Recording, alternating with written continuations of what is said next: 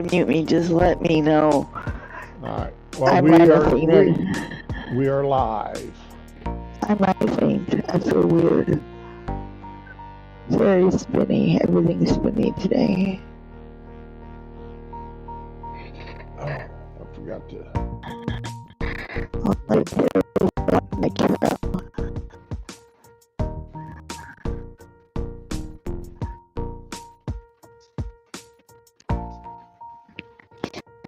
I was hoping my bear would tune in, but he has to work.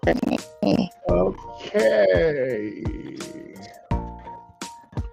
Go ahead and stop the music He's ready. and get up here to where I can read the comments. Good morning, Ramen. Good morning, Shroom. Happy Friday the 13th. Let's not get murdered.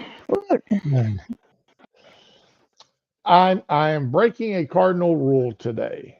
As if you read the title of my stream, this is not a Friday Funday stream. I warned y'all yesterday that chances are good it wouldn't be, and then turns around. So much crap happened yesterday that it's like, no, it's either I cover it or I don't, and no, it's going to come into the conversation one way or another. So let's go ahead and have the conversation. So I'm sorry, Ramen. I'm busting our cardinal rule, about not talking politics and news and such, but rules are meant to be broken sometimes. Well, considering what you're actually going to be talking about. Yep. Okay. Now, one of the first things, you see,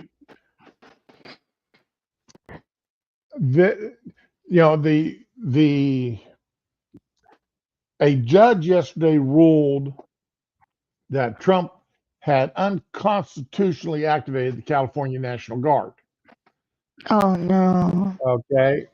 And well, these guys. What about the Marines? Nuts bragging about it. Of course they did.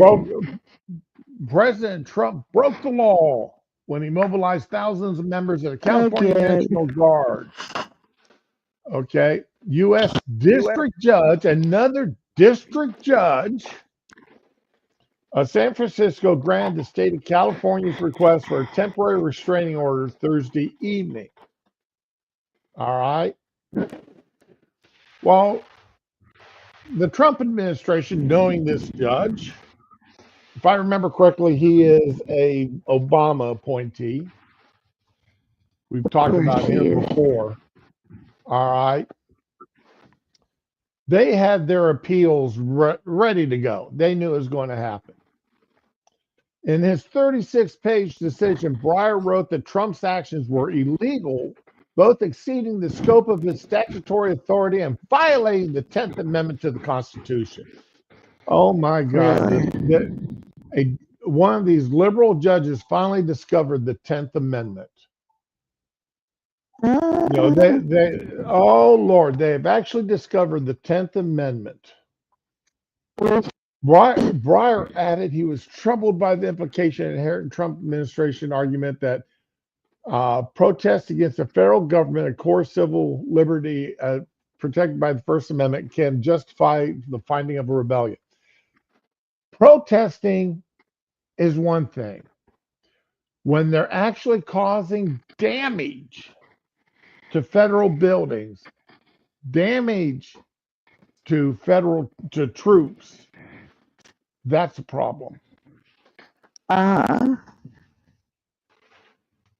that is what these quote unquote protesters that Breyer is claiming, were doing. They were attacking ICE agents who are federal employees, federal law enforcement, and they were attacking federal buildings. It was so bad what these people were doing that Department of Homeland Security had to call the Spokane sheriff as protesters surrounded the ICE facility and actually refused to let anybody in or out. He said most were the Spokane Police Department spokesman Dan Strassenberg told the Center Square that officers arrested 34 people on Wednesday at the protest. Most were charged with failure to disperse, besides 2 who were charged with unlawful imprisonment, a Class C felony. Yeah, all these people surrounded that building, and they only arrested 2 for unlawful imprisonment. And I'll almost guarantee those charges will get dropped.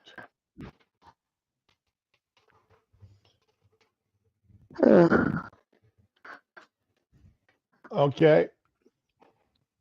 So that's how bad it was that DHS had to call the local police and say, "Come rescue us." Well, within an hour, or like I said, as soon as Breyer here, calling these, saying that the protest didn't rise to the level where a guard needed to be called out, the Ninth Circuit Court of Appeals, which has gotten better. They used to be absolutely horrible, but they've gotten better. The Ninth Circuit Court of Appeals on Thursday blocked Breyer's order that directed Trump to return control of the National Guard troops to California. The court said, now, this is temporary. All right. Friday at, let's see, the court said it will hold a hearing on Tuesday. Okay. So on next Tuesday, he's given the Ninth Circuit Court of Appeals is giving the Trump administration and the state of California until Tuesday to get their act together and present the facts as they see it before then, and then they'll make their final decision at that time. But I'm amazed that Breyer and a district court judge finally, one of these liberal judges finally acknowledged that there is such thing as a 10th Amendment. After for years during the Obama administration and the Clinton administration and the Biden administration, the federal government ran everything according to these judges.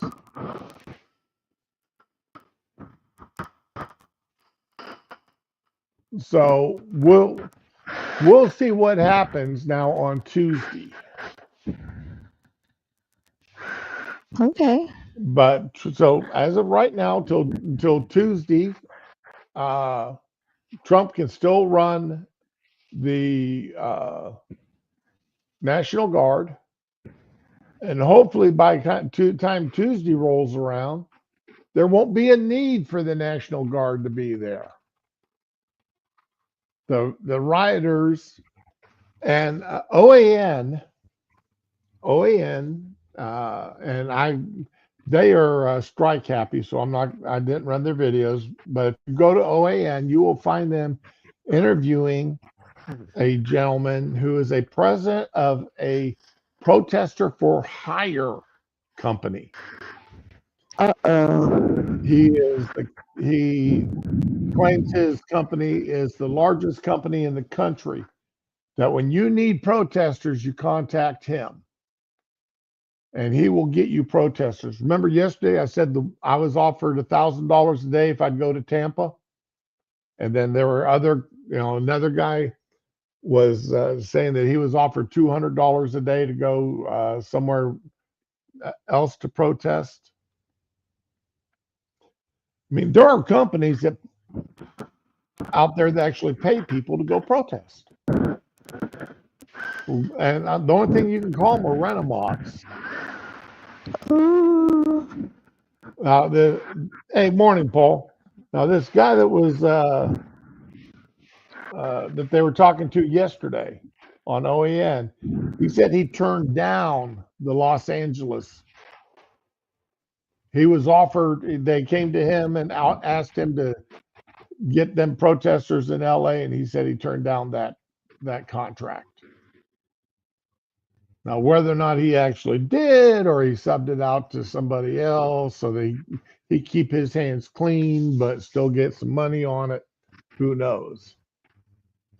Oh boy, the sun finally came out. My wife's out working in the garage, and she's moving some stuff around, so she's moving boxes out into the driveway. And I went out, and it got real dark, so I went out to warn her that, hey, we may be looking at some rain, because we got rain in the forecast for the day. But then the sun just broke through, so yay. Now, so I just wanted to cover that real quick, because that was, court rulings, especially the Ninth Circuit Court right now, dealing with the National Guard, that's kind of important. And the Democrats made hay for a while for that hour and a half, 2 hours that they had before that, enjoying their ruling before it got overturned. But now here's the big thing that happened yesterday that has really got the Democrats and the media all wound up. I'm going to be showing several videos here. Now, this is Kristi Noem. She is the head of Department of Homeland Security. And as you can see by the cryon here, Senator Alex Padilla removed from the Noem presser. Now, if you sit and listen to the media, and you'll especially listen to the Democrats, Padilla was thrown to the ground and handcuffed. So keep that in mind. I'm going to show the videos. So these are the only videos that they're the best two or three videos that I could find of this. Okay, so here we go. We'll start with this one here. This is the ABC video. Thank you to every single person that has been able to do this. Also, I want to talk. Okay, can you hear that in the background? Guy yelling, "Sir, sir, hands up, hands up." Oh, yeah. Yeah. Okay. Whoops.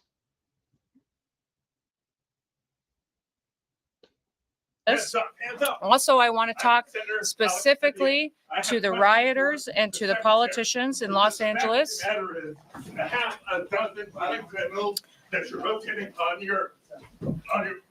I also want to talk about specifically. Okay. That's the ABC. That's all the ABC people had.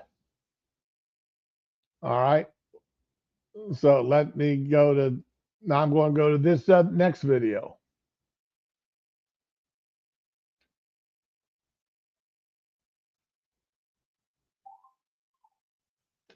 Okay. Every single person that has been able. And I want you to notice, okay, we got to notice here. Kristi is up there giving her prepared remarks. She hasn't opened the floor up for questions or anything else. She's giving her prepared remarks. So I want to say thank you to every single person that has been able to do this. Also, I want to talk specifically to the rioters and to the politicians in Los Angeles. A half a dozen criminals that you're rotating on your. I also want to talk about specifically how many of our ICE agents have. All right. Now, you could hear him saying, "I'm a senator, I'm a senator." All right. He's wearing a blue windbreaker, blue polo shirt, and a pair of gray slacks. He wasn't in a suit and tie, and I did not see any markings on him showing him as a senator, as being anything.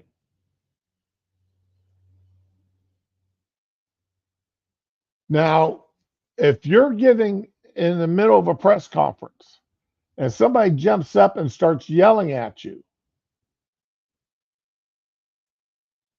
and face, I've never heard of this guy before today.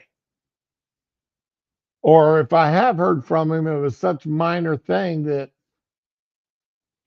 there's some senators, there's 100 senators. There's some of them there that they're like background noise. And until yesterday, that's what this guy was to me. He was just background noise.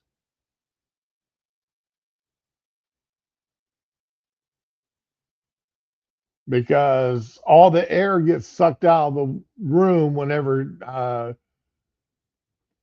pencil neck shift for brains, who is now a senator, speaks. Before it was Feinstein. Whenever Feinstein spoke, everybody listened. Any other senator from California, the other senator from California was a nothing burger. They were an also ran.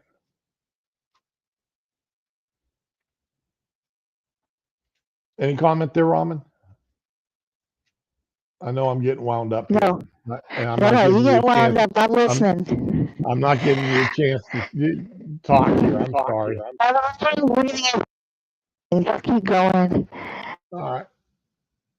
Have been doxxed for doing their duty, how they have been targeted. The fact of the matter is, a half a dozen violent criminals that you're rotating. Now, he's obviously, he is struggling with the officers here. He is not going peacefully out the door. He is what they would call resisting with no problem. Targeted. The fact of the matter is, a half a dozen violent criminals that you're rotating on your. I also want to talk about specifically. From what I see there, he's just a typical protester that they're having to forcibly escort out of the room. As I hear him, I can't understand that in his mouth. It's like marbles or something. If this is an alcohol issue that's making him with the show up at other people's conferences and start yelling random stuff, but he needs to maybe get some speakers work on that, because this is really distracting, which is his goal, but not in the way he wanted, I don't think. Right. How many? Thank you. All right, now here he is. Here he is again. If you look. Now, I don't know what that logo is on his shirt there, but he doesn't have anything on his jacket. Right? So blue jacket, blue shirt with American Eagle logo or something like that. Who knows?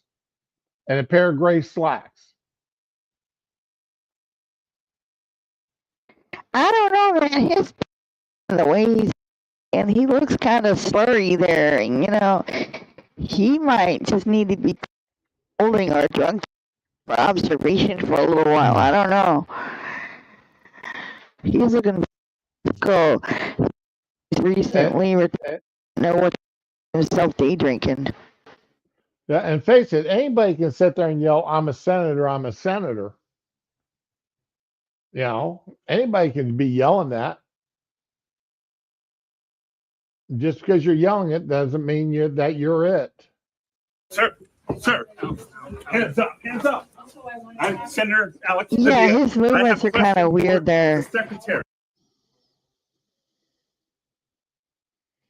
I think he needs a breathalyzer. The matter is, drinking disorderly in public is a thing, yo. that you're rotating on your. I also want to talk about specifically how many of our ICE agents have been. Okay, now here's where they're saying they threw him to the ground. On the ground. Hands behind your back. Hands behind your back. If you let my hands go and put behind my I would hardly call that being thrown to the ground. No, they lowered him to the ground. I mean, Yeah, I mean, if that's throwing him to the ground, the EMT me to the ground. That's ridiculous, right if they were going to throw him to the ground, they would have done a leg sweep, knocked his legs out from underneath him. But there was no, I'm throwing you, being thrown to the ground here. They're being very respectful of this clearly older, incoherent person. Yeah. I mean, they're definitely controlling him. They're not giving him a chance to get the upper hand, Right? but they're not being overtly, they're not using excessive force on him. No, it looks like there's more to this than on the surface, man. Breathalyzer. my hands go and put behind my back. All right. Cool. One hand. Lay flat. Lay flat. Other hand, sir. Other hand.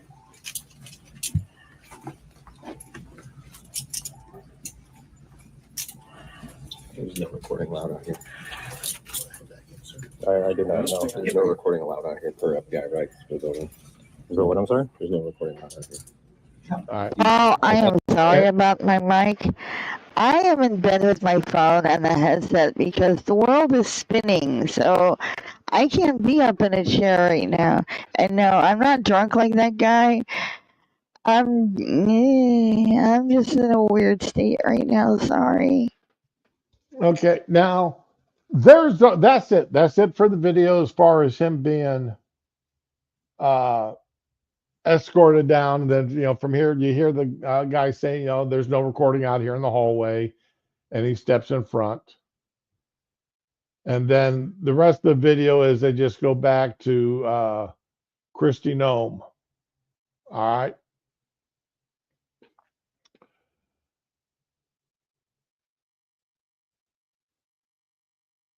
This is how the media portrays this. All right. The incident started when Padilla made an unannounced stop at Thursday morning news conference hosted by Homeland Security Secretary Kristi Noem. The senator said he was beginning to ask a question who was still in her prepared remarks when he was pushed out of the room, forced to the ground in an adjacent hallway and handcuffed. Okay, he wasn't quite pushed to the ground, but okay, I mean, I can see where they're going to say that. At least they admitted this was unannounced. Nobody knew he was coming, and he didn't identify himself to anybody. Then he decided that he was such an important individual that he could stand up and interrupt Kristi in the middle of her prepared remarks.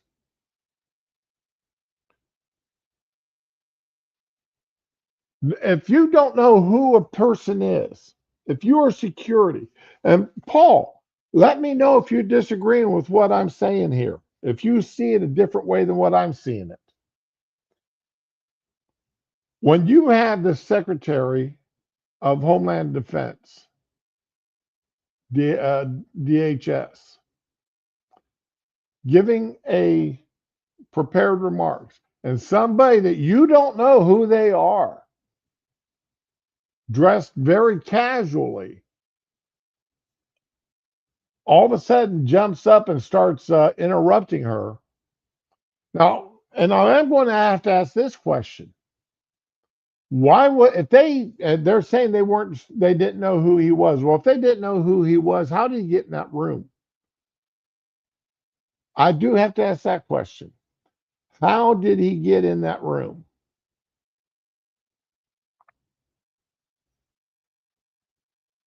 Because you would think that everybody in that room would have been identified one way or another.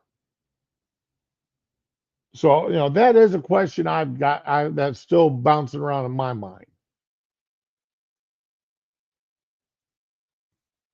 The Trump administration defended the removal and handcuffing of Padilla. Tristan McLaughlin, the spokesman for DHS, said Padilla interrupted a live press conference without identifying himself or having a Senate security pin as he lunged towards security known. Now, none of the video that I've seen has shown how he initially acted. All the videos, has been pretty much what I've shown, what I showed you on those two videos. Video provided by Padilla's office shows the senator approaching the lectern as Noam was speaking. Now, one group says he lunged. The other group said, well, he just approached. If you are an unknown individual and you start going towards, no matter how you're going towards a government official, a cabinet member. Christie is a cabinet member of the United States of America. You're going to get stopped. You're going to get removed from the room. And it is not going to be in a way that you particularly like, especially if you struggle against it the way he was struggling. He did not willingly go out of that room. He would be a definition of resisting.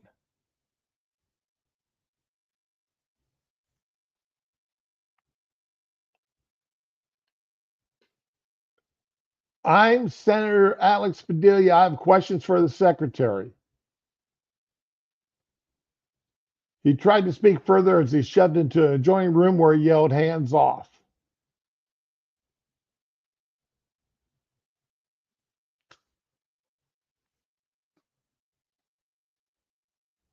I don't care who you are, a senator, a House of Representatives member, a governor, a mayor, chief of police, a sheriff, or a deputy sheriff. If you are out of uniform and unidentified, and you stand up and you start going towards a cabinet member, you're going to get removed.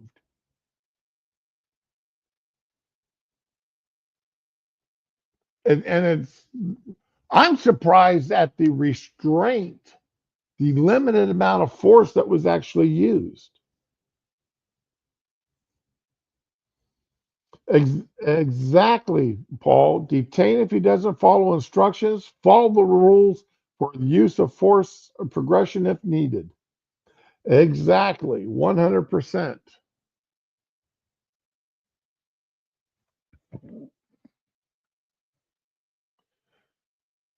California Democrat. Oh, God. Gavin Newsom called the treatment of Padilla outrageous, dictatorial, and shameful. Trump and his of course he are says. out of control.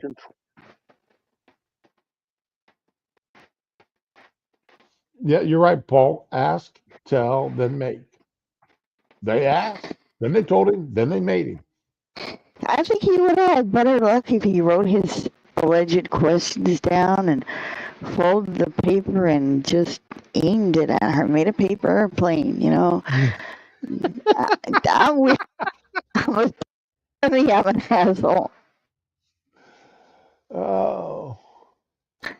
I think the only reason he didn't end up with a couple of bumps on the head is he looked like Hal from the Home Depot plumbing department. And not DeAndre from the 3rd Street scenes, and that would have gone a whole different direction. And I'm sorry, I see some. If I were Christy, no, I would have had my pepper spray out already. I'm notorious for my pepper spray. That man is lucky he didn't get a face full of spicy water, man. No. And mine streamed so I could aim it from across the room. So, yeah, no, he lucky. He needs to just stop whining and be a big boy and pull himself up Move on. Oh, my phone. LA Mayor Karen Bass expressed incredulity that federal officials did not recognize Padilla and lamented how Noam, her one-time colleague in the House, had changed. Madam Secretary, I do not recognize you anymore. I don't know Kristi Noem that I have served with for 10 years. Then Noem sought to pin the blame on Padilla. It was, there's no trying to pin the blame. It was Padilla's fault. The way he acted was completely inappropriate. It wasn't becoming of a U.S. senator or a public official, and perhaps he wanted the scene. No, he absolutely wanted the scene. He absolutely did. If he had, I mean, just the mere fact by interrupting her while she's still reading her prepared remarks is proof enough that he wanted that scene. He just didn't expect it to go as far as it did. He thought it was going to be, and look how I imposed my will on Kristi Noem. She didn't have the balls to stand up to me. Yeah. It was almost, look how I made that little girl cower in fear at my big manly presence. I haven't met too many liberal Democrats I would really consider manly, but that's beside the point. But that's what Padilla was wanting. Shots fired. That's what Padilla was trying to do. It was trying to make himself into the man. And it fell flat on his face because there were armed men there that decided that he was not going to do what he wanted to do. I don't even hear a big old man. I heard old creaky knees bending. That's about it. When you're starting to get near 60, you can't be pulling that. You're not saying when you were the angry young man in your 20s rallying against political injustice, man. You can't do that at that age, Grandpa. Yeah, Damn. really. Abigail Jackson, a White House spokesperson, said Padilla stormed a press conference. Okay. Without wearing a Senate pin or previously identifying himself to security, yelled and lunged towards the Secretary Noem. Padilla didn't want answers. He wanted attention. Yes. He embarrassed himself and his constituents with this immature theater kid stunt, but it's telling that Democrats are more riled up about Padilla than they are about the violent riots and assaults on law enforcement in LA. And I'm going to be honest. That is a pretty good assessment, in my opinion, of what happened. I hadn't even read this far in this article before I'd made my earlier comments about how Padilla acted and what he was trying to do. Democratic senators walked out of their final vote of the day obviously agitated. Senate Minority Leader Chuck Schumer said the images of Padilla being handcuffed sickened his stomach.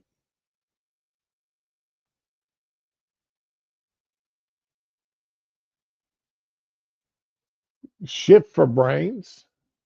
Kristi Noem should never have been appointed to that office. She should resign. He's calling for an investigation into the conduct of the officers who detained Padilla. As far as I'm concerned, them officers should be praised. They should be rewarded for the way that they handled Padilla.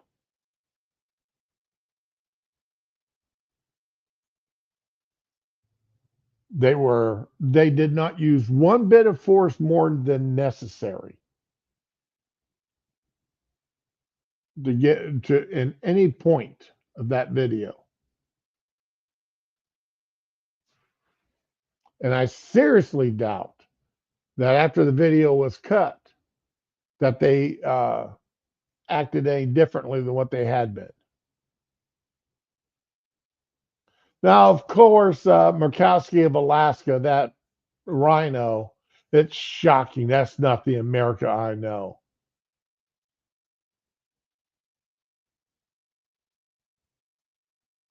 So,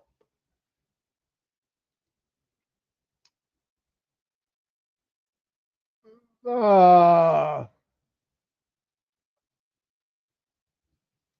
don't need that page anymore. Now, Padilla afterwards did have his own little press conference.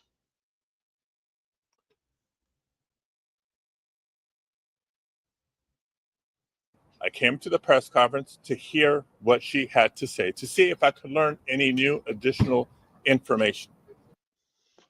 He is still wearing the same clothes that he was wearing at the press conference. Do you see anything there identifying him as a senator? I don't. I Nope. don't see nothing on his jacket. He's not wearing a U.S. Senate jacket. I mean, they do make clothing items with the emblem on it, and it says senator or house member or something like that. That he could have been wearing to identify himself. He could have shown his ID to the security people. Because the more and more I'm, hearing of what happened yesterday, I'd still raises one huge red flag in my brain is how in the hell did he get in that conference room without identifying himself? That is an excellent question and the same one I was thinking. So, I mean, he should have been ID'd before he ever got in that conference room. They should have known who he was. But he wasn't there just to ask questions or to see if he could learn anything. He was there to make a absolute show, to be showboating. Let me start this over. So I came to the press conference to hear what she had to say, to see if I could learn any new additional information. And at one point, I had a question. And let me emphasize, just as we've emphasized the right for people to peacefully protest and to stand up for their First Amendment rights, for our fundamental rights. Okay. And the law and standing up for your fundamental rights is there, and this has been upheld by courts, is there's a time, place, and manner. Time, place, and manner. That was neither the time nor the manner to express your First Amendment rights and ask questions.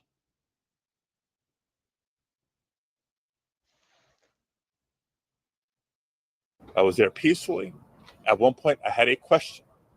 And so I began to ask a question. I was almost immediately forcibly removed from the room. Because it was not the time or the manner in which to ask any questions. Forced to the ground, and I was handcuffed. I wonder what his reaction would be right now if somebody that he had no clue who in the hell they were jumped up and started going towards him asking questions, interrupting him as he's doing his prepared statement. Do you think his protection, his bodyguards that were there, would quickly escort them away? Or would they allow him to be interrupted and have somebody going up towards him and interrupting him, yelling out questions like he did to Kristi Noem? I think we know the answer to that one. Mm-hmm. Yeah, I don't know, man. This just looks like a really bad judgment, though, because we've all seen press conferences. We know at the end of their statement, they'll say, okay, now we're open for questions at the end of it. He couldn't wait that long to see if she'd take questions. That sounds like he had a poor. Exactly. I was not arrested. I was not detained. I will say this. If this is how this administration responds to a senator with a question, if this is how the Department of Homeland Security responds to a senator with a question, you can only imagine. If this is how Department of Homeland Security responds to somebody interrupting prepared remarks, moving forward, some say lunging, others say stepping towards, but otherwise still attempting to get closer to a cabinet secretary, an unidentified individual, because everybody says you never identified yourself as a Congress critter. Senator, the House of Representatives member, it doesn't matter. You never were identified as such until after you were handcuffed. So stop, I would have a little more sympathy towards you if they had known who you were. But still, your actions and the way you acted and the manner in which you acted were not appropriate,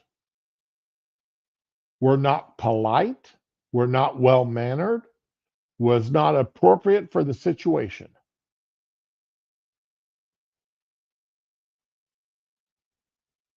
And if you'd been on the receiving end of that,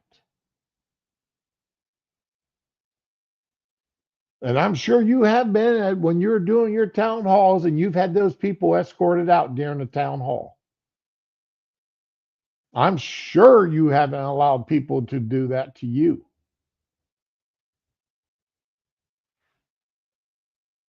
What they're doing to farm workers. Oh, listen to the sobs, the emotion in his voice. He's getting ready to cry. To farm workers, to cooks, to day laborers out in the Los Angeles community and throughout California and throughout the country. All these people who are in the country illegally. Illegally. What? Why is it you Democrats cannot say that word?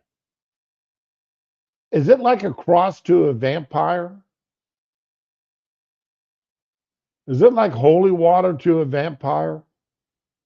Or a silver bullet to a werewolf?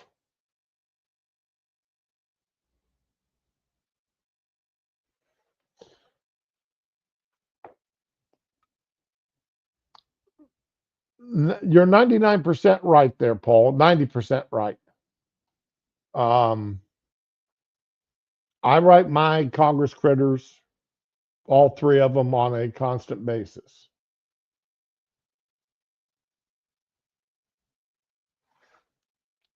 But I do concern myself with what some of these other ones do, because especially on the Democratic side, because they march in lockstep so well, so often. So I do pay attention to what the leadership in the Democratic House and Senate do. We will hold this administration accountable.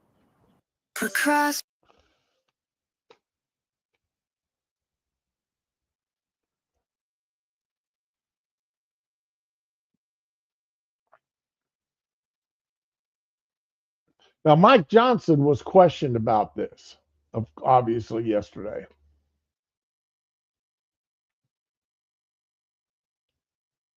House Speaker Mike Johnson, a Louisiana Republican, characterized Padillah's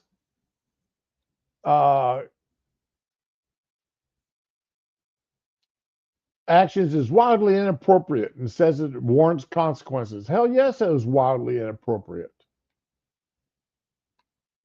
No two ways about it. That behavior at minimum rises to the level of a censure. I think there needs to be a message sent by the body as a whole that is not going to be what we do. That's not how we're going to act. We're not going to have branches fighting physically and having senators charging cabinet secretaries.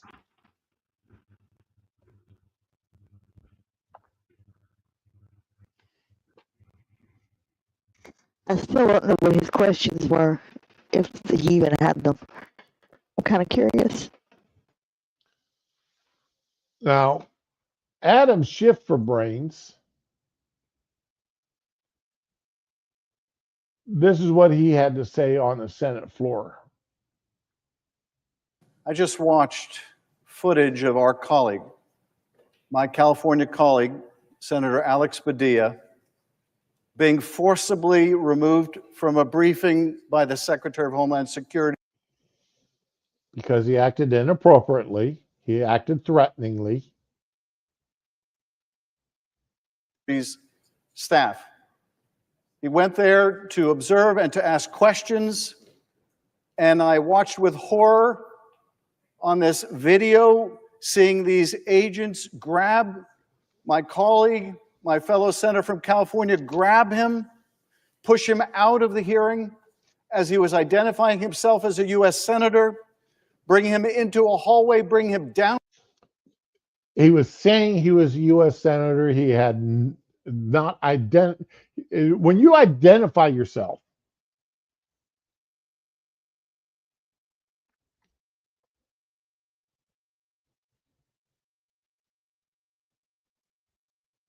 you're right.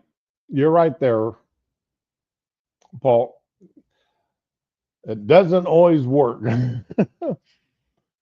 Being prior military, when I was told I needed to identify myself at a checkpoint or something like that, I didn't just say I'm Sergeant so-and-so or I was Airman so-and-so. I displayed a badge of some sort. If I said out to the flight line, I displayed my flight line badge. My badge that gave me that I had my photograph on it. And it had the areas clearly marked that I was allowed. Well, actually, the areas that I was not allowed into had been blocked out. The areas I was allowed to were clearly shown. And the sky cop or whoever was standing there, would either let me through or say, no, you can't come in here today. Which that did happen on occasion. Areas that the day before I was allowed into, all of a sudden, for some stupid reason, I wasn't allowed in that area that day.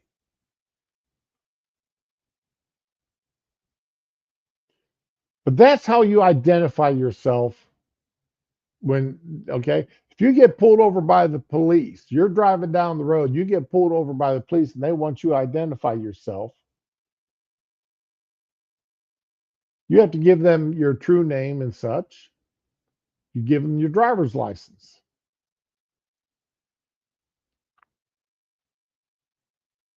Or you give them your state ID. Or you give them your passport. Just saying, I'm Senator Alex Padilla, that's when nobody knows who you are.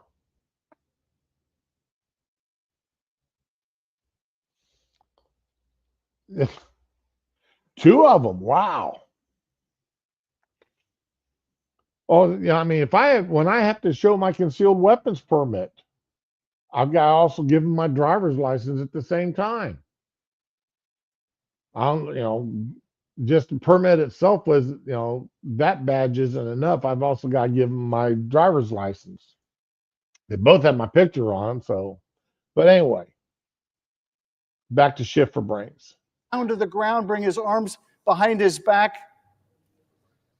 I saw this happen to my colleague, and I am shocked by how far we have descended in the first 140 days of this administration. where we have a president calling out the military over the objection of a governor to try to intimidate and interfere with law enforcement in California, calling out the Marines to try to inflame tensions in our city, and calling out the Marines to protect federal buildings from rioters who are damaging them, and in the past have been known to attempt to set fire to them, causing hundreds of thousands of dollars in damages per building, if not millions of dollars worth of damage.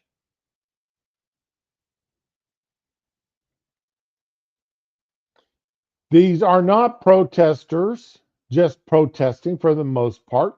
They are rioters.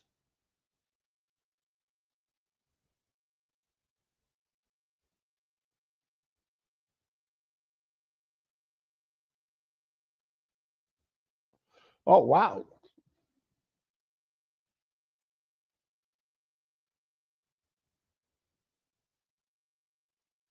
Company issued, and you still got to show the IDs. Okay, well, I've got to give them credit for security, dude. I was security NCO when I was in the Air Force, and I'm telling you, I've got that's the level of security I like seeing. I love that.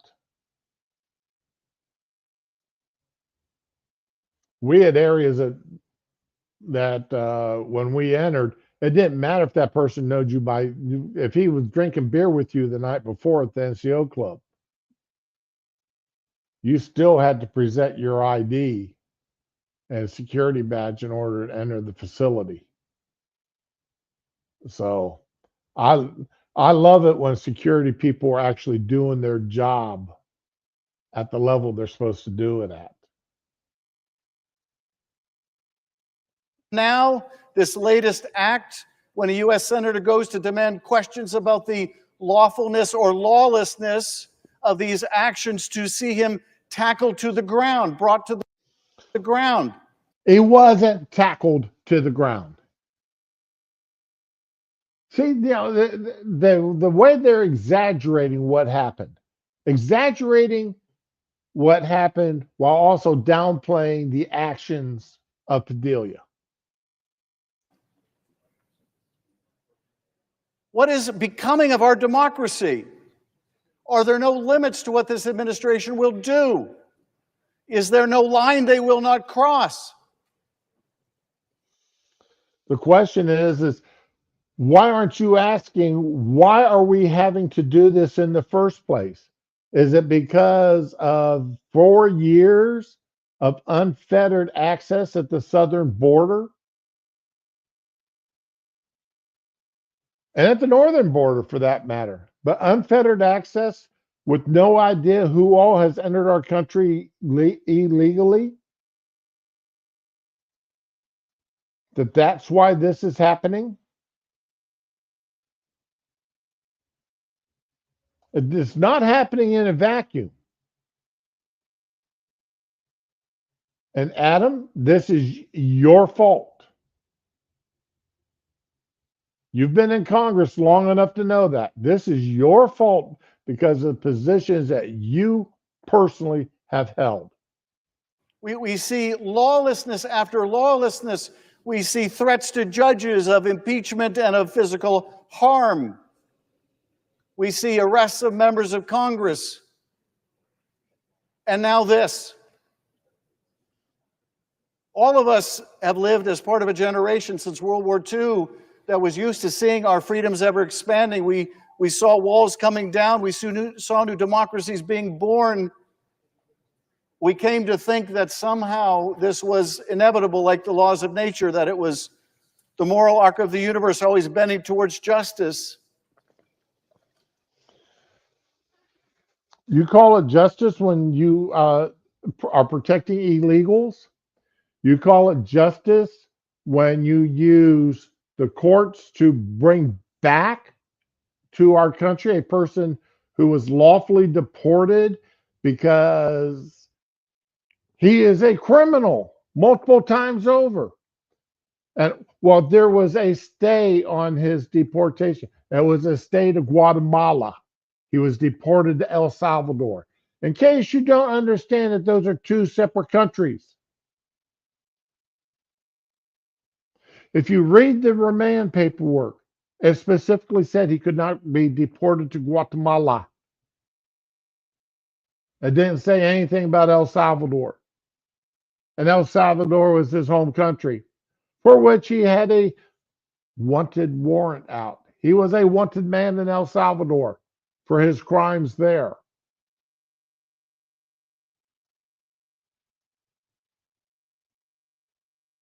And now that he's back in the United States, guess what? He's in prison. He's in jail again. Why? For human trafficking. But you Democrats made him out to be an angel and a victim. He wasn't an angel and he wasn't a victim.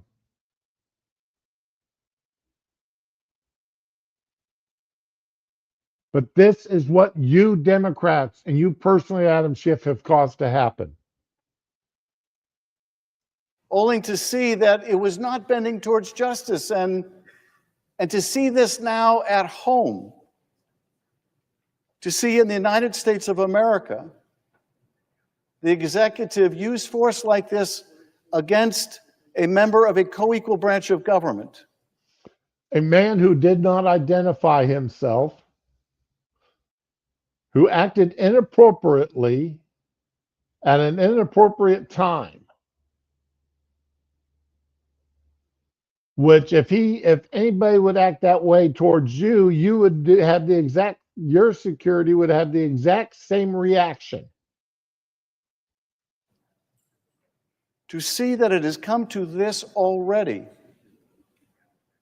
and not a peep yet from my colleagues on the other side of the aisle, no whisper of dissent yet.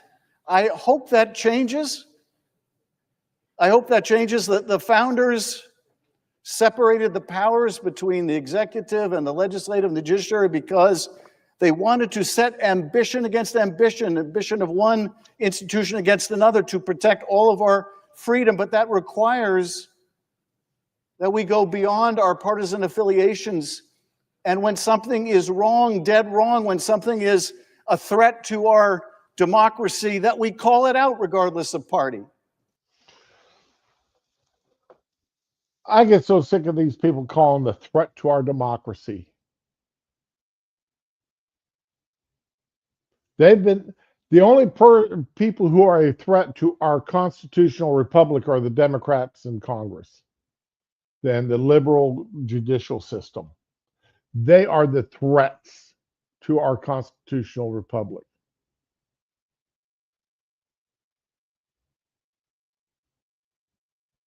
These people don't even properly identify our form of government.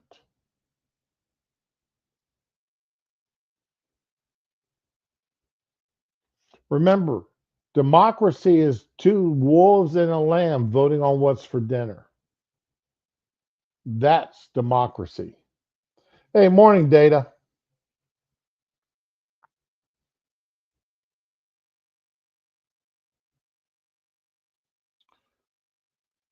That's good, Paul. I'm glad you got your customers well trained.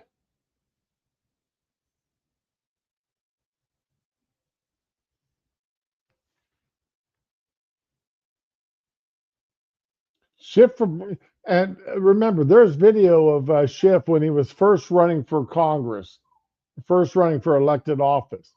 He said that he was going to lie. Well, at least he was honest about that because he's still lying. And this is wrong. This is wrong.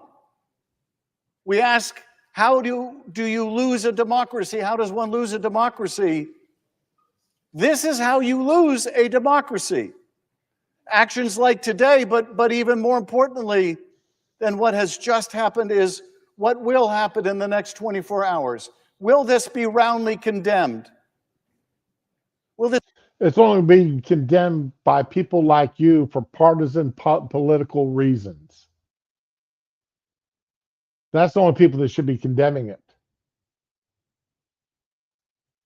Now, he should be getting condemned for his actions, and you should be standing there condemning him for his actions.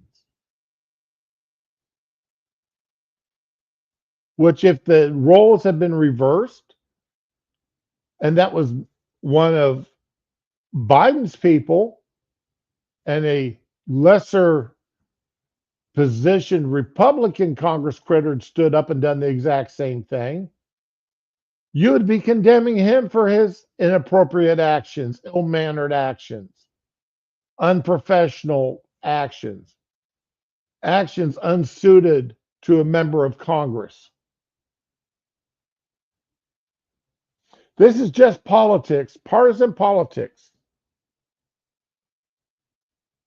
this be roundly condemned, or somehow will we just fall down some partisan line again and see another leap towards autocracy in this country?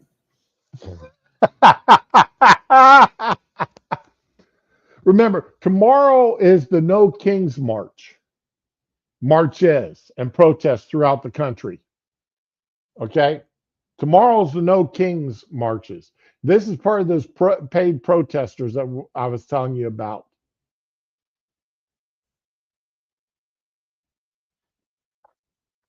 Okay? Alex Padilla is one of the most decent people I know, one of the most dedicated public servants I know. Someone, But he's also ill-mannered. And I would not be surprised if you and him had not sat down and planned this whole thing out. I would not be surprised one iota to find out if we could subpoena your telephone conversations and your emails. I would not be surprised to find out that you guys had coordinated this. But as members of Congress, we can't do that.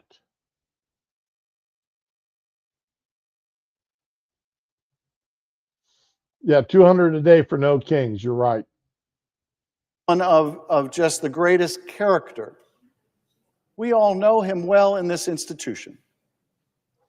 He embodies public service.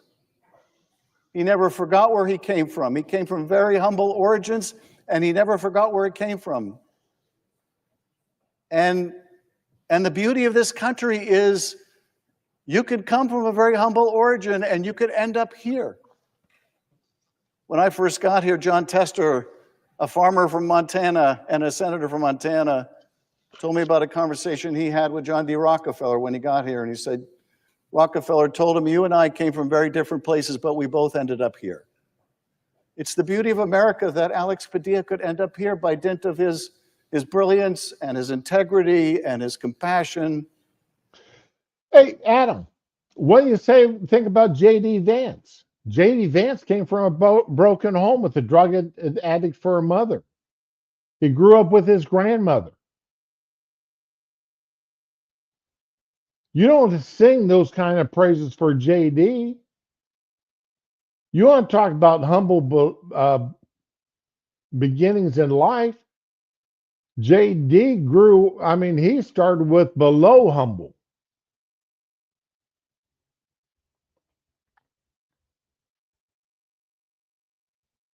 So come on. And all of that is at risk. All that is at risk right now if we let the abusive handling of this good man and so many other good men and women around the country, if we let this go without our firmest opposition, without our strongest pushback, without our strongest defense of our democracy. And with that, I ask the gentleman from New Jersey whether he... Now, unfortunately, I could not find a Republican response to this whole mess.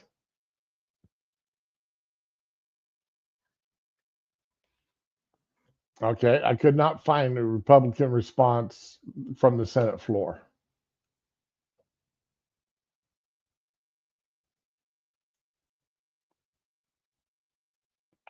Oh, what happened to here? Did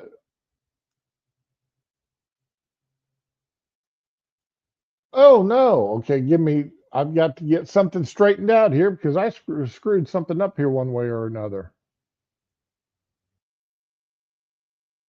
Okay. Now, here is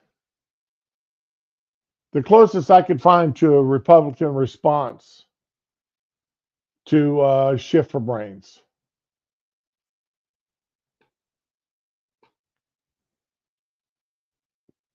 Promises made and promises kept, and we'll continue doing that. Mr. Speaker, did federal agents go too far the way they treated Senator Padilla today? Was that a bridge too far? I saw the same video, a very brief video that I think many people did. I think the senators. These are the House Democrats walking behind him back here. All right. So make sure, listen to them. I saw the same video, a very brief video that I think many people did. I think the senator's actions, my view is it was wildly inappropriate. You don't charge a sitting cabinet secretary, and everybody can draw their own conclusions. You can see it's a heated debate here. People heckling you here, Mr. Speaker? I'm not going to respond to that. Let me just, hold on, wait just a second. I think the American people can draw their own conclusions. They saw a senator acting like wildly inappropriate. I'll leave it at that. But what about the way he was treated by those agents? What I saw was agents asking him to quieten down so that the secretary could continue her press conference. He refused to do so. What were they supposed to do? They have to restrain someone who is engaging in that kind of behavior. They moved him out of the room. Throw him to the ground. Did you hear that question right there? This is a press. And they're going, listen to how the press, we watched the video of how he was taken to the ground. So what were they supposed to do? They have to restrain someone who is engaging in that kind of behavior. They moved him out of the room. Throw him to the ground, handcuff him. A sitting. Did you hear that? Now, pay attention. This here's the guy just said throw him to the ground. Yeah, it's all bullshit. Watch his throat right here. This guy, I mean, besides frowning, and you can tell he's absolutely angered by the set of his mouth in there, but watch his muscles right here at the base of his jawline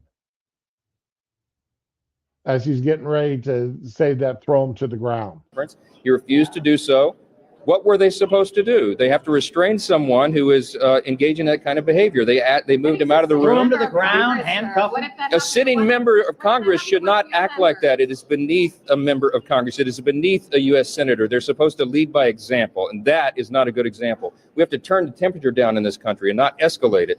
The Democrat Party is on the wrong side. They are defending lawbreakers, and now they are acting like lawbreakers themselves. And I think oversight. That's oversight, charging a cabinet secretary in a press conference. I beg to differ. I think that people do as well. I think those actions speak for themselves. Do you have anything to say about lowering in the country? Scott, I have things to say about lowering the temperature all the time. I am very consistent in this. We have been trying to do this since I was handed the gavel and before. I founded the Honor and Civility Caucus in the Congress, for crying out loud, when I got here in 2017. I think that we should act according to our offices. We have a duty and a responsibility to set a tone, an example in our actions.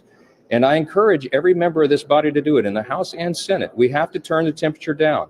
We need to be on the side of the rule of law. We need to be on the side of law and order. We need to be on the side of calm and not chaos. And when members go into these settings and act this way, that when they push law enforcement agents around, when they storm cabinet secretaries in a press conference, I think it is wildly inappropriate behavior, and I think it sets a terrible message and tone for the rest of the country. Will there be an Yes. investigation? Will there be a House investigation? This is a Senate side issue, but I certainly hope that behavior is not repeated over You're the here. We already. constitutional officer for this branch of I am, government. This yes. affects all members, whether they be in the Yep. House or Senate. You're the Speaker of the House. Yes. The constitutional officer of this branch. Yeah, and what of it? I mean, The idea that you said this is a Senate issue. This isn't, I mean, these are members of Congress. I mean, yeah, but the Senate does its disciplinary actions over there, and we do ours over here. We have a certain set of measures, as you all know, and it ranges from. This guy, that reporter there, he is so angry about this that he wants the House of Representatives to investigate something that a sitting senator did. What utter nonsense is that?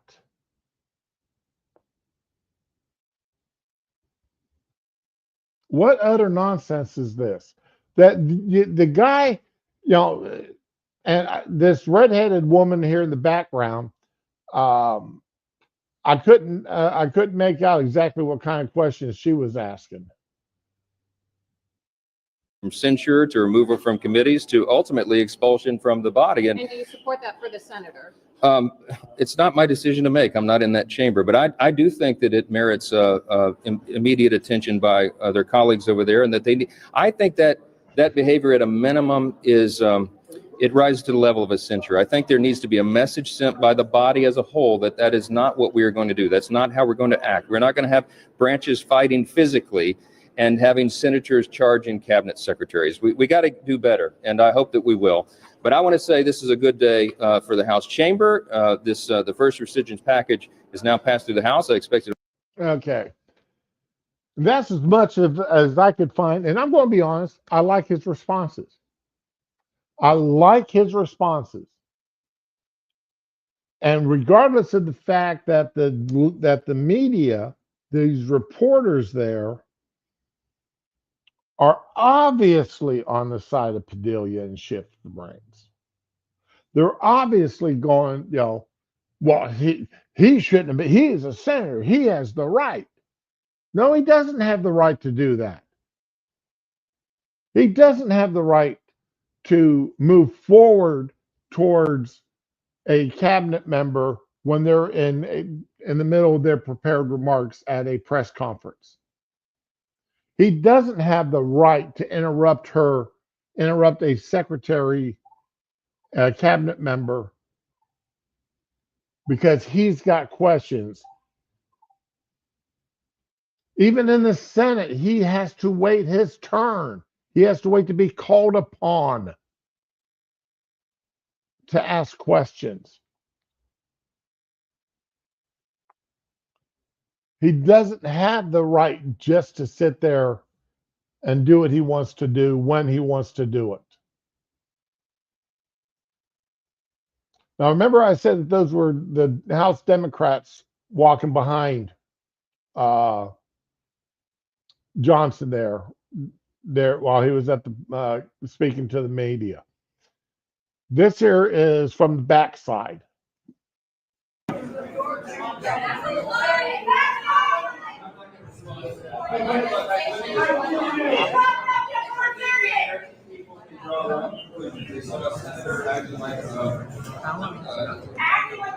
What?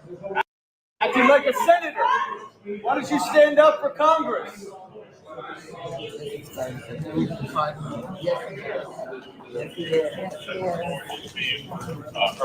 Yeah. No, they've got their phones out there recording this because this is going to go up on their website. Show how the House Democrats are marching in unity to the Senate Democrats.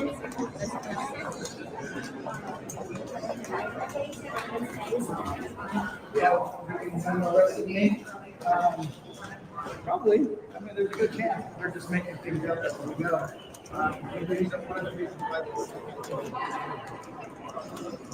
If they want to come, it's up to them. Not sure if you saw the news, but Oh, Lord have mercy.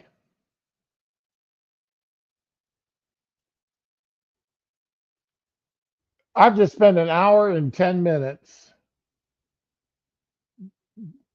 going over a 4-minute episode at a press conference in California. And one of that, and I'm going to, this is how bad it's gotten. This is how bad it's gotten here. And I wish we had a way, because the Democrats aren't going to listen to people like you and I. They're not going to listen to us. They couldn't care less what we got to say.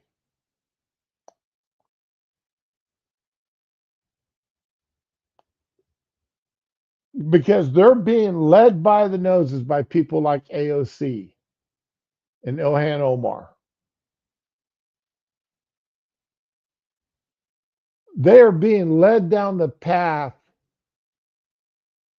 of extreme progressive left-wing ideology.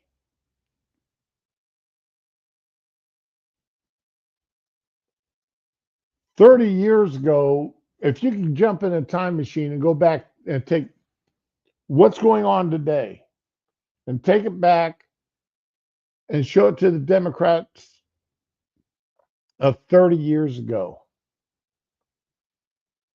Just go back to the late 1900s, late 1990s. And most of them be sitting there going, what the hell? There ain't no way. And if you go back another 50 years to the just go back another 40 years to the 1950s or the 1960s and show it to them, and they'd be proclaiming that they're communist. It's all propaganda. They ain't gonna buy it. They never believed their side could be at fault. Come on. It's absolutely outrageous. Uh-huh. And the Democrats actually applauding and holding up Padilla in his actions and making him out to be the victim is absolutely outrageous. It really is. Now, I'm only going to show a couple of these videos today because this is foreshadowing, hopefully, to Monday, depending on what happens over this weekend.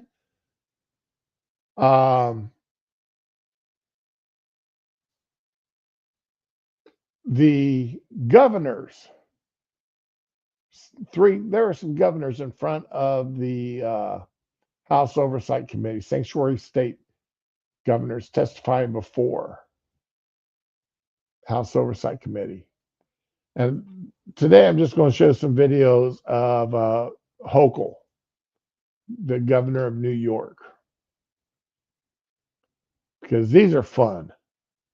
These are fun. Recognizes Mr. Jordan from Ohio. Thank you, Mr. These are fun. And Jordan was of what I didn't get to watch the whole thing yesterday, but Jordan's here was absolutely fun. I love it.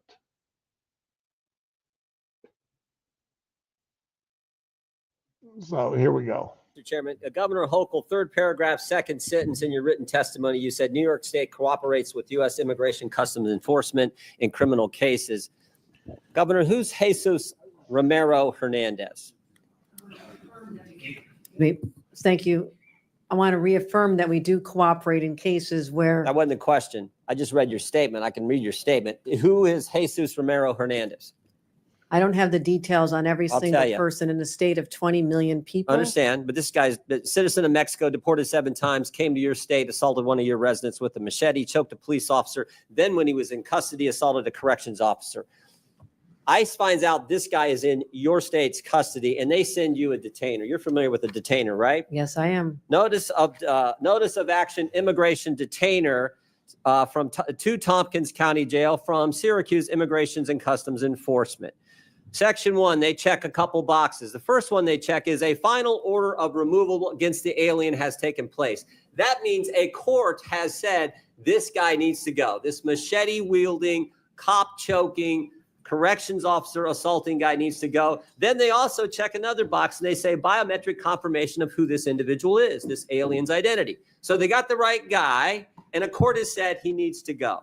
Any idea what Tompkins County Jail decided to do with that detainer order? I will tell you this, the state of it's a specific question. Well, I'm what telling you- did Tompkins County do? the descriptions you have put forth are absolutely chilling and disturbing and course they are. reprehensible to all of us. Which My job is to which protect is the why people I'm Jordan is an asshole. Plain and simple, he's an ass. But when he comes at you like he's coming at here, he's not going to let her bounce around and answer the questions that she wants to answer. He's going to force her to answer the questions that he's asking that he already knows the answers to. He and his staff have already done all the research. asking you the question. What did Tompkins County do? What I have responsibility I will tell for you, are since you're not going to state answer, courts, we state cannot police. and will not hold Mr. Hernandez. Yeah. We can't keep the machete guy who had choked a police officer and assaulted a corrections officer. We can't keep him. In fact, we have the back and forth from Tompkins County and ICE on January 28th of this year, 8:56 p.m. Tompkins County tells ICE, we're not going to hold this guy. 7 minutes later, ICE responds back, we will be there to take custody this evening. 24 minutes later, Thompson County reiterates, we're not going to have him. We're not going to turn him over. 10:45. ICE arrives at the jail. 1 hour and 18 minutes later, and guess what? Mr. Hernandez is not there. They couldn't wait 1 hour and 18 minutes for a guy who was with a machete, choked a police officer, and then when in custody, assaulted corrections officers. That is sanctuary policy in a nutshell. And that is what your state supports, and so do these other governors. That is what is so wrong, why the American people hate this concept. I cannot think of anything that Governor Hochul can say to justify that county prison releasing this guy after being told that ICE was going to be there that day to pick him up. They had this guy released.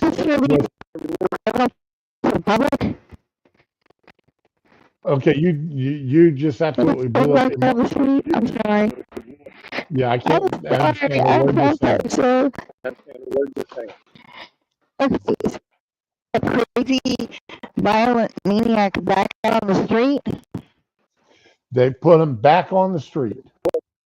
They knew ICE was coming, and in an hour and within an hour and 18 minutes of them knowing that ICE was on their way, they had him released and back on the street. It sounds like there needs to be some arrests made. More arrests. Oh my God. And they released him at night after. They normally don't do prisoner releases at nighttime. Yeah, I'm aware of this. Prisoner releases are done during business hours. Between 7 and 4. Oh my God. They're not released at 9, 10 o'clock at night. I can't, I'm verklempt. I can't do this today.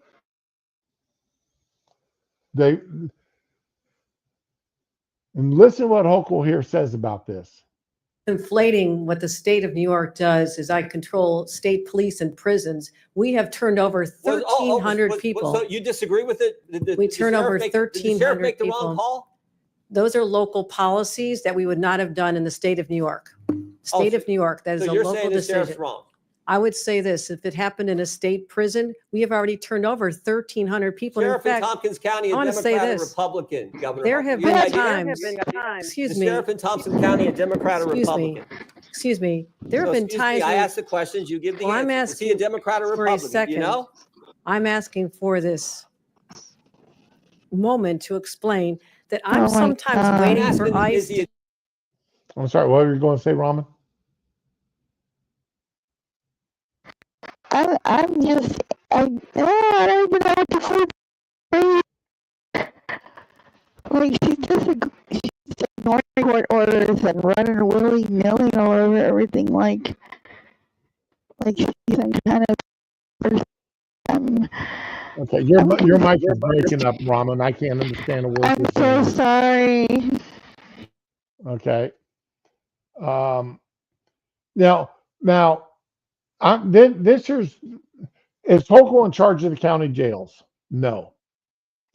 But as the governor of New York, what you put out in your statements has a direct effect on how the counties run their jails and how counties operate. Let's use an example here in the state of Florida. We've got DeSantis as the governor. He has flat right said that if you are blocking a road and somebody needs to get through, and you are blocking that road and refusing to let people through, they've got the right to run your ass over. Okay? That is a statement by the governor. We've got local sheriffs saying, if somebody breaks into your house, shoot them. We've got sheriffs saying that if you point a gun at a deputy or at one of their dogs, you're going to get filled with so many holes, you can read the Sunday Times through you.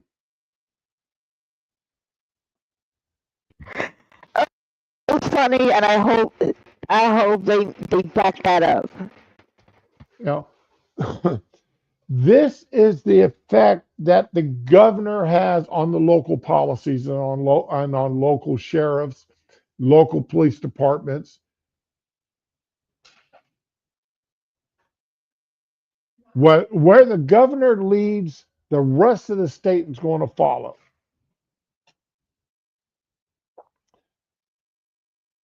And Hochul is all about, yeah, she says, well, we've released, 1,300, she said, illegals? He's not asking about the 1,300. He's asking about that one dude that she doesn't want to talk about. Exactly. And her only alibi, her only response is, well, that was a county jail. That wasn't a state prison. But the problem is that county jail is following the lead of the governor. That sheriff that runs that county jail is following the lead of the governor. I feel like every time there's some kind of committee and questions like Raman, you're going to have to mute your mic because absolutely nothing is coming through. I'm sorry, but absolutely nothing's coming through right. A Democrat or Republican, and do you agree with the actions he took? Do you agree with the actions he took? How about that question? They are in conflict with what the state of New York would do. Well, maybe they're scared. By the way, he is a Democrat sheriff. Maybe the county guys are a little scared because you said this. I'm quoting from, it looks like the New York Times. We all know you can trust them. This is last month, May 25th. You said we have some counties that are renegade counties and work with ICE. Maybe they're nervous of being called a renegade county by their governor. So the Democrat sheriff says, we're not going to keep the machete wielding, cop choking, corrections officer assaulting guy. We're not going to keep him here for you to get here. We can't even wait an hour and 18 minutes. Oh, you know what else was interesting in this case? You know what else was interesting? There was actually an arrest warrant from United States District Court, Northern District of New York, signed by Judge Wiley Danks, magistrate. from Syracuse. There was an arrest warrant and they still couldn't keep him. The state of New York cooperates. We cooperate in removal of individuals who've served time. We responded to detention. You're confusing, and maybe there's a I'm lesson asking the in, question. in Okay, so civics will here you that's say on the necessary. record right here, I got 12 seconds. Will you say on the record, was Tompkins County wrong in the actions they took on January 25th, 2025, when they wouldn't hold the guy for 1 hour and 18 minutes? Was Those are Tompkins not the County policies that we would have in the state No, of no, New York. Those but- are not the policies we would have in a. Were they nation, wrong? Because I've already they've turned said that guy over to ICE. It's a I've- simple question, Governor. that was a horrible situation. The person should not have been out there. And It's a horrible situation, but it's a yes or no question. it is a response that this is a locality. Do you agree or in the disagree? state of New York, Agree or the person disagree? should have been held. Yes or no? She just will not answer the question.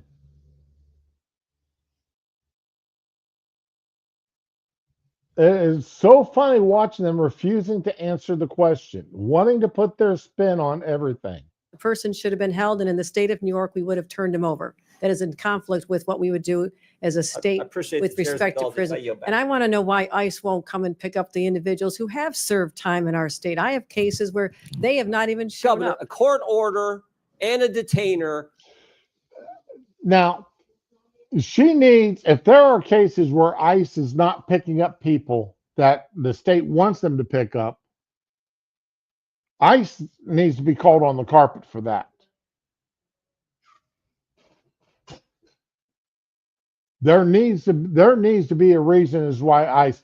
Now, if they give, and more information, of course, needs to happen. If they're calling ICE saying, "Hey, we've got this guy here and we're releasing him in 5 hours. You need to come get him." ICE may not be able to arrange to get somebody there on 5-hour notice.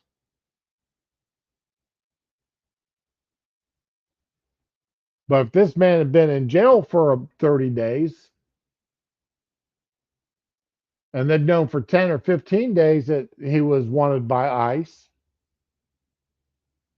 then they should have notified them at least, those 10 or 15 days in advance, saying, "Hey, this guy's going to be getting released on this day and he's wanted by you. Do you want to arrange a pickup?" And give ICE opportunity to arrange for the pickup. So I do want, if that's happening. Now, if it's just, so there needs to be more information. She made the accusation, so now more information needs to be forthcoming on that. For a guy who did the things Mr. Hernandez did, and Tompkins County can't hold him an hour and 18 minutes, and you won't say that's wrong?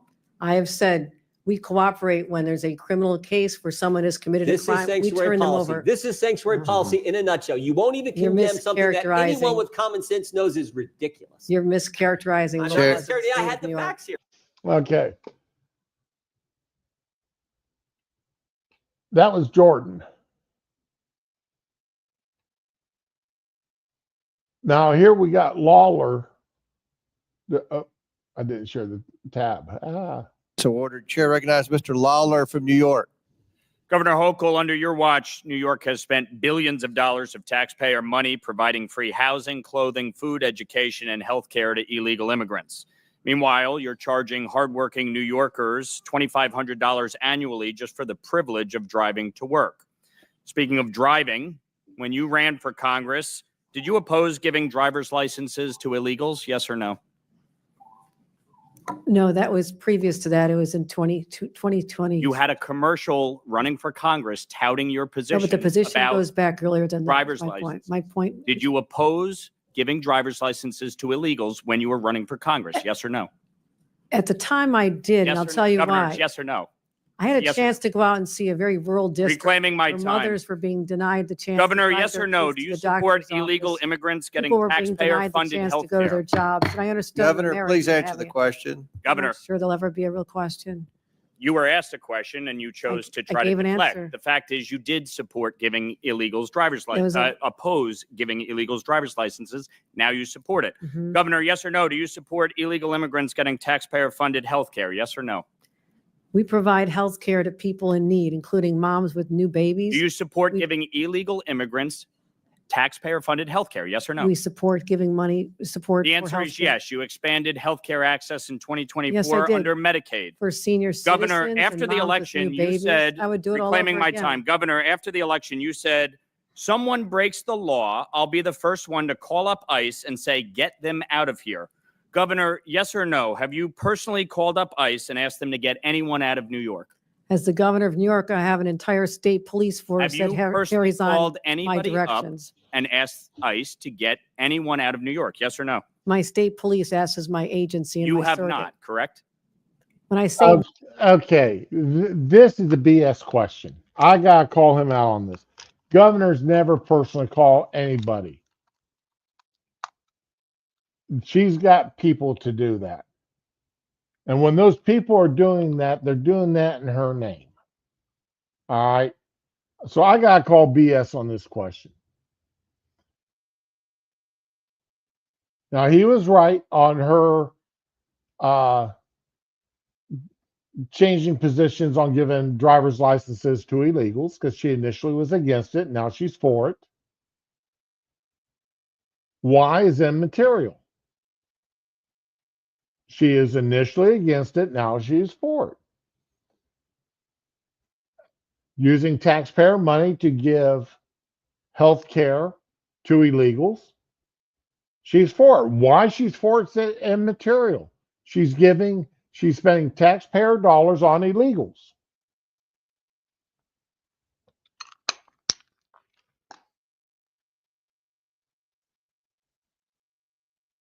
me, I'm referring to my entities such as the state Oh, police that you're handle like that. Governor Cuomo. I am the government. That's your position? characterization, not mine. Yes or no? Should ICE have been called on Sebastian Zapata Cali? Can you refresh me as to the circumstances of the case? He's the individual who burned the woman alive on the train. Of course, Should they ICE have been called on him? NYPD was handling that situation. Should ICE have been called? That's my question. Yes or no? If there was an arrest made, he should have been deported after conviction, yes. Okay. So, Governor, when you were sworn in 2021, you signed an executive order keeping many of Governor Cuomo's executive orders in place, including EO 170. Interestingly enough, you did not include EO 170.1. Are you familiar with EO 170.1? I don't have it in front of me. I have thousands of executive orders. I have it right here, Governor. I'm sure you do. And what you did, you waited several years until this year, January 16th of this year. A little bit of snark on her part, yeah, I'm sure you've got that EO in front of you, In which you finally signed it and reinstated it into law. Why did you wait until just 4 days before Donald Trump was sworn in as president to sign EO 170.1 into law? And to refresh your memory, it basically mandates that federal immigration authorities cannot enforce civil arrests in New York State buildings. Why did you wait several years to reinstate that? Because we had a high level of confidence that under the previous administration that people going into the courthouses, whether they're victims of crimes, witnesses of crimes, would have their rights protected. I had no In assurance other words, that that would you happen. believe they would not enforce federal immigration law, and you were concerned that President Trump and his administration would enforce federal immigration law? We thought it was important for victims of crimes and witnesses to murders, for example, that they have access to courts without being threatened or intimidated. Yeah. Okay. If you're here illegally, there should be no place safe for you. Now, if the court system has an illegal who is needed to testify in a criminal case, that's something the prosecuting attorney should be arranging with ICE. Hey, this individual is working with us. They're a prime witness in this criminal case. And I would say most likely ICE would be willing to work with them and not pick them up until after the trial was over. Allow the state to use them as their witness.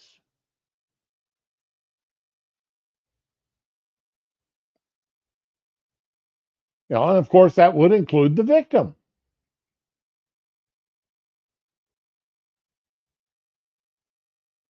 So, you know, the onus is on the prosecutor to coordinate it with ICE, not just lay down a blanket executive order.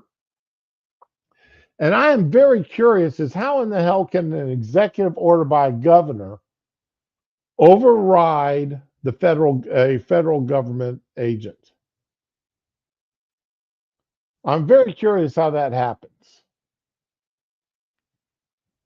Speaking of crime, more than 3,200 illegal immigrants have been arrested in New York City for committing crimes while living in taxpayer-funded housing under your watch, Governor. Governor, are you aware of any law or executive order that would prevent a citizen of New York, a citizen of the United States, from facing criminal or civil enforcement in a state building? I'm not aware. So you think that citizens should be treated less than and have less protections than illegal immigrants? No, Is that what you're saying? Our state laws say we cooperate in all criminal cases. I've made that very clear over the last. Yeah, but you're not doing that. 7 That's the hours. reality. Governor, do you Truth is, support we do you don't support help the them New with York civil for All enforcement Act? because civil Governor, enforcement reclaiming my isn't- time. Do you Go for it. support the New York for All Act? I'm not speaking about hypothetical No, bills. Governor, this isn't a hypothetical. There was a sit-in in the state legislature today by activists blocking state senators from coming into the chamber. Do you support the New York for All Act? It's yes or no. I will tell you this, I get about 1,000 bills put on Do my you desk support probably by the New York midnight for All tonight, Act? which is, this is keeping me from doing the work of the people back home. But I can Governor, sit here you've as done long a as you terrible like. job as governor. It's not keeping you from anything. Frankly, New York is better off with you down here and not in the state. The fact I don't think we're better off with you the here. fact is, Governor, you will support the New York for All Act. You will sign it into law if it passes the I have no state confidence it's legislature. going to pass. You have no confidence it will pass. I don't If know. it does pass, will you sign it? I'm not able to keep an eye on it. They're voting on Will it you with sign it positions now. into law if it passes? I have about 1,000 bills that get Will passed you every sign the year. New York for All Act into law if it You passes? have to wait Yes or and no? see, like every other bill. We have to wait and see? Yes, Governor, because you can't take a position on the New York for All Act. It would put into state statute that New York is a sanctuary state. That's why you're here. That is the exact reason why you're sitting in front of us testifying, because of your disastrous EOs, your disastrous pro-criminal policies that have resulted in the death of New Yorkers. That is your failure. And the fact is that you can't even answer the question. No, the Will reason you I'm support sitting the here New is York because for All Act? Republicans.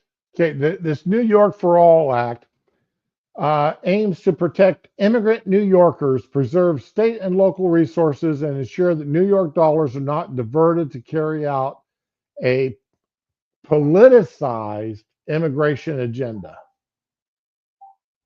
Okay, in other words, he's pretty well right that it would make the state of New York by law a sanctuary state,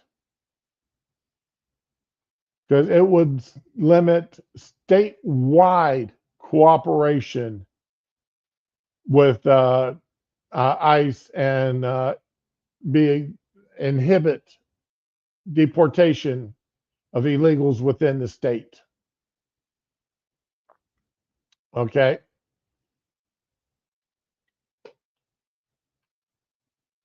And Hochul, I honestly believe she would sign it.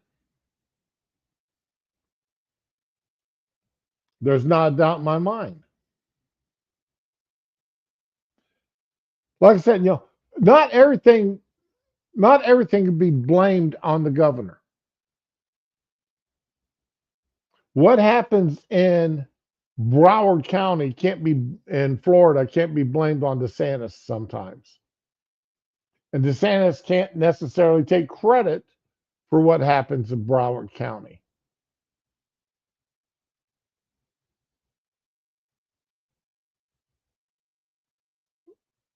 Just like Hochul, and like I said, she can't take the blame for everything, what a county jail does.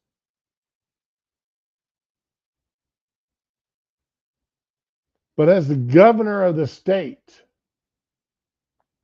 they do look to her for general guidance on and how the state should be operated and how local governments should operate. Also, and as she said, she called a couple of sheriff's departments renegades because they cooperated with ICE. I guess I'll show one more here, and then I'm going to go ahead and call it. The wife's looking at me through the window.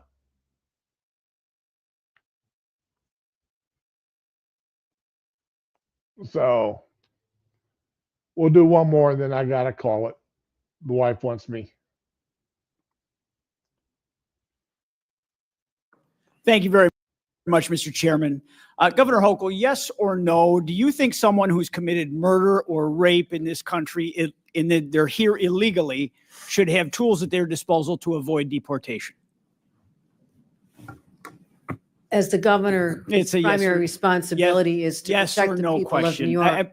I'm sorry. Those crimes are abhorrent. I'm sorry. Whatever response you prepared to give today dwarfs in comparison to your actions as governor. I would like to remind you of someone named Gianfranco Torres Navarro, an illegal alien and suspected leader of a violent Peruvian gang.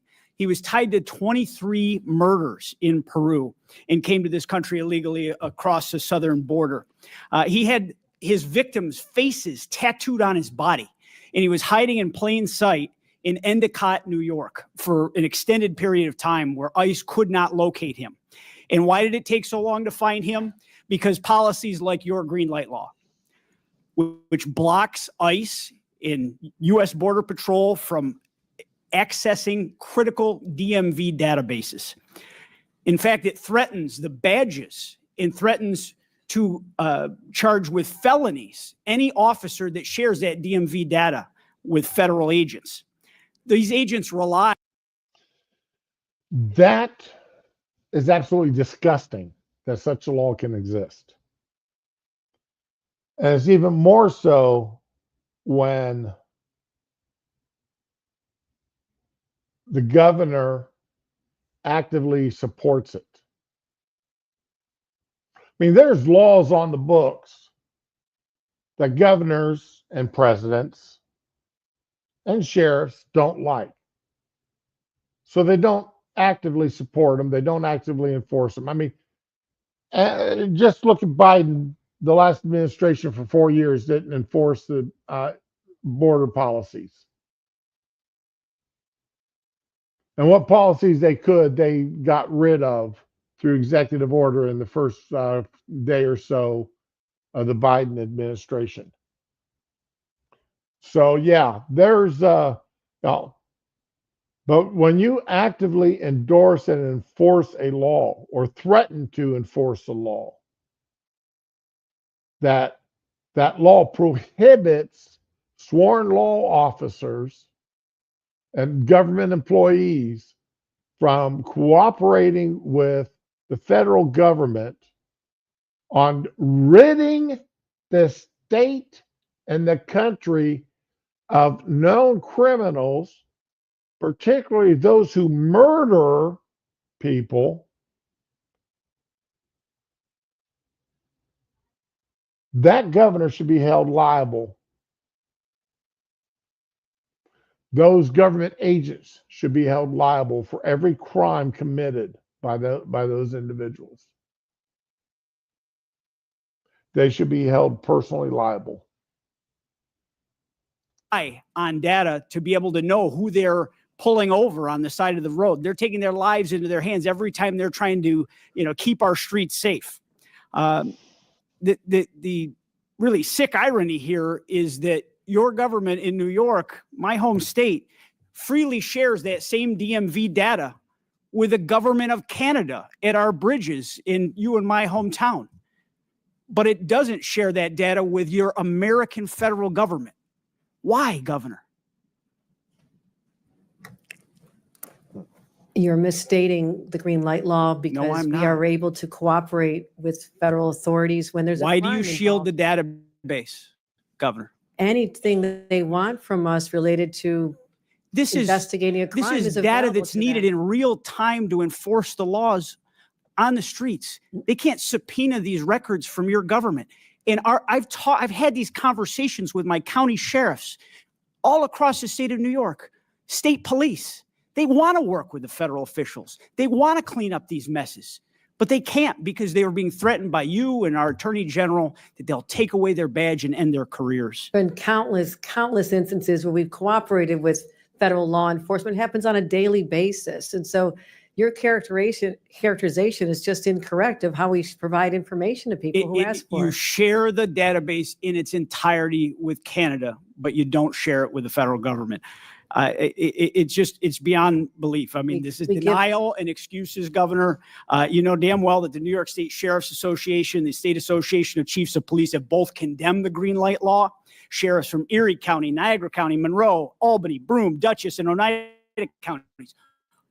Multiple parties represented here, not just Republicans, have warned that your law ties their hands. It puts officers' lives in danger and it shields criminals from accountability. When you refuse to work with law enforcement, when you refuse to hand over data that can protect communities and save lives, you are actively aiding the illegal alien criminals who have crossed our borders and committed violent crimes. And the consequences are not. That is absolutely.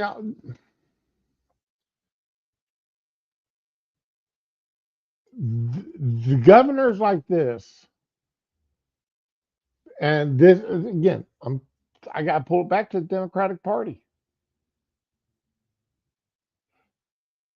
and how much has changed. Remember Obama when he first got into office, and even Hillary Clinton said the illegals needed to go home. They needed to be deported, particularly those who commit crimes, either in their home countries or here.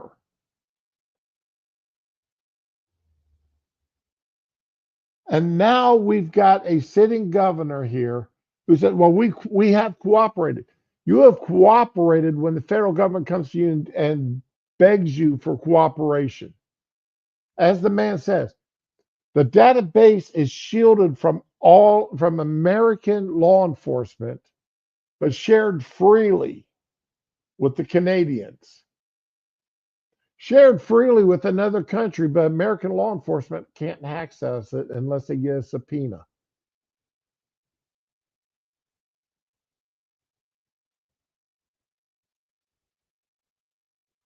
How do they know they're supposed to get a subpoena until they take a look at that data to see what the problem is?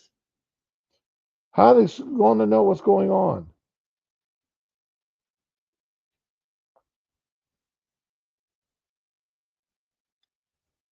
It's outrageous.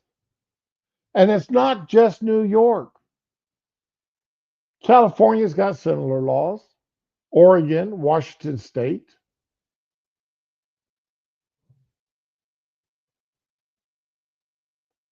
These people are sick in the brain when it comes, and they're claiming that Donald Trump is the threat to our country.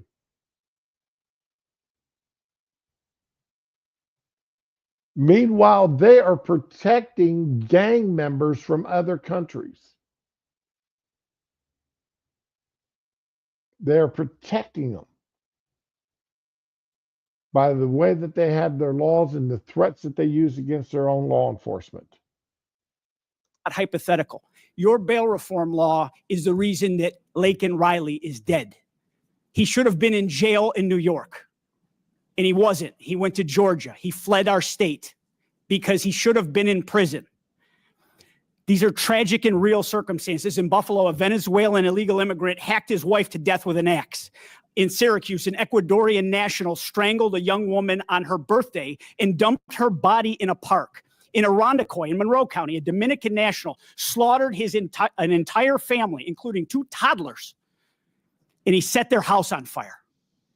Governor Hochul, you took an oath to serve the citizens of the state of New York, and you've allowed violent criminals who came here illegally to hide in plain sight and to avoid federal officials because of your support for the green light law.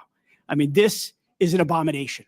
This is not keeping New Yorkers safe. We turn over the information you're referring to all the time. You're misstating the laws and its purpose. We cooperate all the time. As much as I want to believe you, Governor, I believe the cops more. Well, I believe the cops that I know and I trust in our same hometown that are out there in the streets every single day. Your laws put lives in danger. Your laws have led to people being murdered. My job is to protect the people of New York, and I fight. No, your job. See, here's the problem. She's saying the people of New York. She's not saying the citizens of New York. You're elected by the citizens. You're not elected by the people. There is a difference. It's like one of my favorite arguments back when Trivial Pursuit was a thing. One of my favorite arguments I got into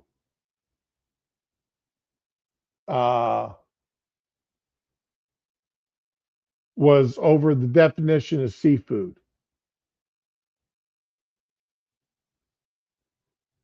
Yes, seafood includes fish, but not all fish is seafood.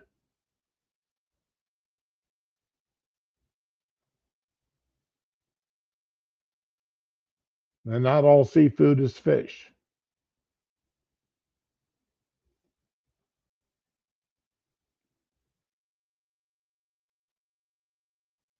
So yes, there is issues here. And her issue is she's protecting the people and not the citizens. And there is a difference. Fight hard every single day. I You're have doing done a more very lousy to job of reduce it, the Governor. crimes. Murder rates are down to historic lows, and we're working hard to make sure one crime is one too many. I take this very seriously, but we do cooperate when anytime they need help with law enforcement. And you're just that is just refusing to not accept what the law enforcement You're officials just not tell me, accepting Governor. the facts. I can't help you. I trust the professionals. You and I aren't police officers. I trust the people out in the field that wear a badge, that are honorable, decent, hardworking people. And that's why they should And be you have a record of disrespect to law enforcement, just like you disrespected every corrections officer in the state of New York. You have a lot of gall to come here and criticize the president for using the National Guard to actually bring law and order to the streets of our country. When you sent those same National Guard officers to become corrections officers after you destroyed the lives of so many of the hardworking corrections officers of the state when you broke their union. You're absolutely right. There is a distinction. I have the authority over the National Guard in the state of New York. The president is usurping the sovereignty of another state, of the 50 states, when he imposes the National Guard against the will of the governor. Just a difference of understanding of basic civics. Okay.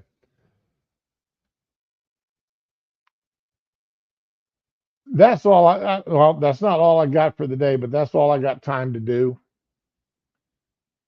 Ladies and gents, thanks for coming out. I'm sorry I could not do a fun stream today. I know I broke habit. I broke one of my cardinal rules. Just because it was political doesn't mean it wasn't fun. I had fun. But this and as I've said before, my gut feeling is this entire summer is going to be this way. This entire summer. Tomorrow, let me see if I can find that map again today. No King's Day protests.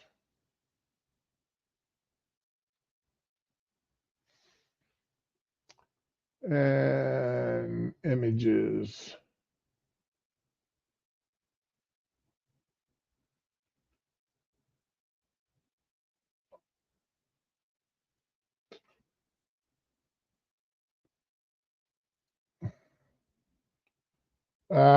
Come on. Thank you. Open image, a new tab. Okay, yeah, this is a good one. Right here, here is a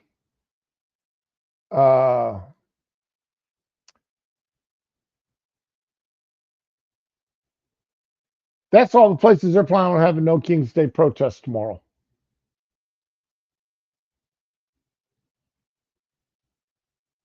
Look at that. Absolutely. And a lot of these people are going to be paid protesters. Where is the money coming from for these protests tomorrow? Where is the money coming from? My first gut reaction is George Soros is funding a lot of it.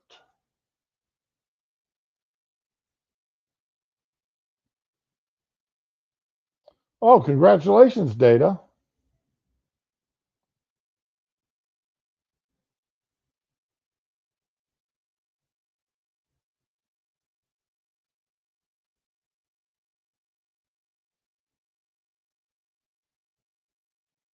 No, I can't tell by this map if any of these protests are going to be in my direct area. It doesn't look like it, but that's beside the point. There may be a few idiots who decide they're going to do it. And these are protests in direct, when they're saying no King's Day, that's, anti-Trump protest. Because they're claiming Trump is trying to make himself a king. And the Democrats, you heard Shift for Brain say, we're sliding into autocracy. They're claiming Trump is trying to make himself a king. So,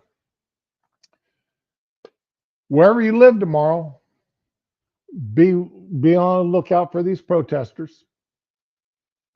Rahman lives closer to where there may be some major protests down there along the coastline of Florida than I do, thank God.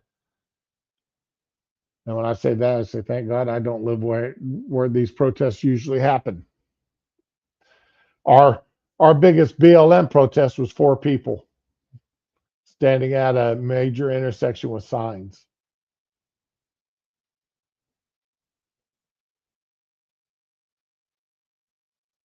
So, but anyway, y'all have a good day now. Enjoy your weekend.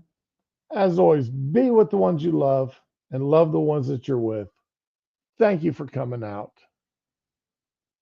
Y'all have a good now. We'll catch you on Monday. All things go well.